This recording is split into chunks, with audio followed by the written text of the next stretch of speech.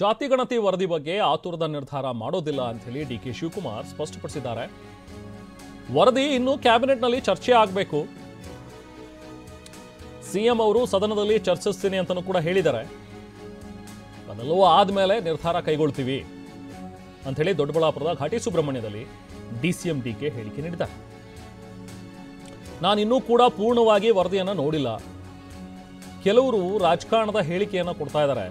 ಸತ್ಯಾಂಶ ತಿಳಿದು ಎಲ್ರಿಗೂ ನ್ಯಾಯ ಒದಗಿಸುವ ಕೆಲಸ ನಾವು ಮಾಡ್ತೀವಿ, ನಮ್ಮ ಸರ್ಕಾರ ಮಾಡುತ್ತೆ ಅಂತ ಹೇಳಿ ದೊಡ್ಡಬಳ್ಳಾಪುರದ ಘಾಟಿ ಸುಬ್ರಹ್ಮಣ್ಯದಲ್ಲಿ ಡಿಕೆಶಿ ಭರವಸೆ ನೀಡಿದ್ದಾರೆ.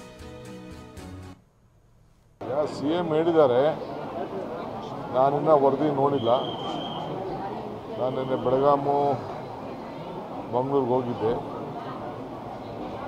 ನೋಡ್ತೀವಿ, ಅದು ಇನ್ನೂ ನಮ್ಮ ಕ್ಯಾಬಿನೆಟಲ್ಲಿ ಚರ್ಚೆ ಆಗಬೇಕು. ಸಿಎಂ ಏನೋ ಇವತ್ತು ಅಸೆಂಬ್ಲಿಲೂ ಚರ್ಚೆ ಮಾಡ್ತೀವಿ ಅಂತ ಹೇಳಿದ್ದಾರೆ.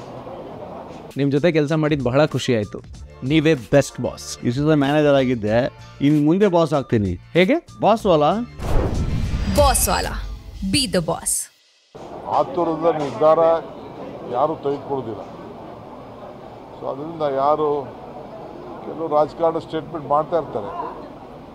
ಬಟ್ ಸತ್ಯಾಂಶ ಏನು ಅಂತ ತಿಳ್ಕೊಂಡು ಎಲ್ಲರಿಗೂ ನ್ಯಾಯವನ್ನು ಒದಗಿಸ್ಕೊಡುವಂಥ ಕೆಲಸ ನಾವು ಮಾಡ್ತೇವೆ.